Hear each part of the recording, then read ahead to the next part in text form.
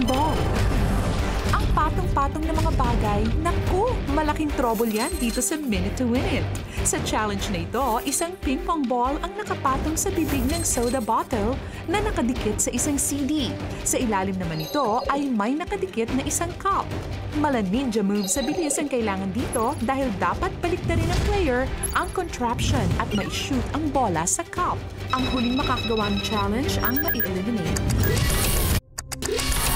Okay, cup and ball ang challenge natin. Kailangan i-flip ang bola na sa ibabaw ng bote at kailangan ma-shoot ito sa baso. Yung CD lang ang pwedeng hawakan, bawal tumama sa kamay kahit anong parte ng katawan ng bola. Ang ping-pong ball bago pumasok sa baso. 2 sets ang kailangan niyong magawa. So basically, hindi pwedeng ibato, tas salo. Hindi pwede yun. Ang kailangan mula dito, flip lang.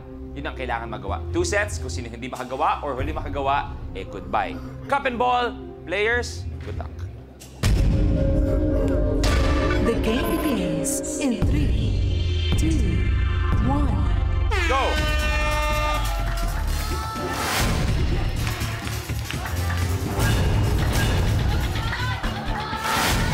Kuya Yani, may isa. Kuya Yani, 2. Good. John, okay na. Mutya, tapos. Abby versus Pooh.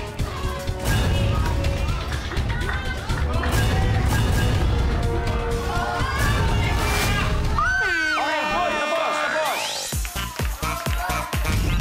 Okay, game. Ready na ako. Ready na ako, game. Oh. Mag-practice na ako eh. Tapos na. Tapos na ba? Tapos na. Nagawa na nilang lahat.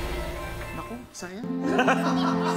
Pooh, pwede ka magpaalam kay John bago tayo magpaalam. Bye. Sayang. Sayang hindi umabot sa last man standing. Pooh, maraming salamat. Thank you very much for playing.